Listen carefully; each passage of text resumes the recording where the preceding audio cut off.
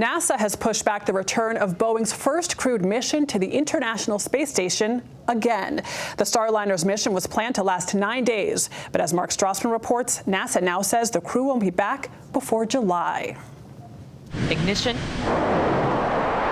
and liftoff of Starliner and Atlas V. Starliner's launch 2 weeks ago was picture perfect, but just hours into the test flight, a problem. Looks like we picked up a couple more helium leaks. All right, we're ready to copy and find out exactly what you mean by picked up another helium leak. The Boeing-built spacecraft had launched with one small helium leak. Now it has 5. Starliner also lost 5 small maneuvering engines on its final approach to the space station.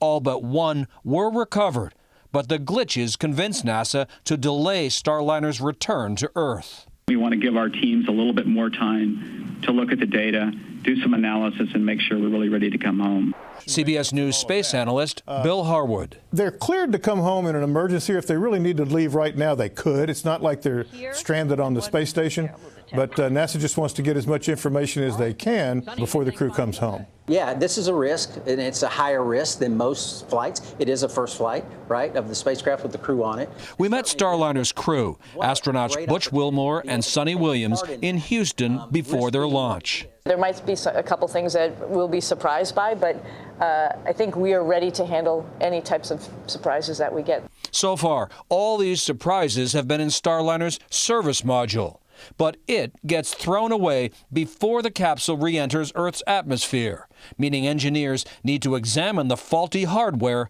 while in space. That's why they're making this big effort to get as much data as they can, because that's what they're going to have to base their decisions on downstream. Boeing hoped this test flight would lead to regular astronaut flights to the ISS for NASA starting early next year. That's now in jeopardy. Mark Strassmann, CBS News, Atlanta.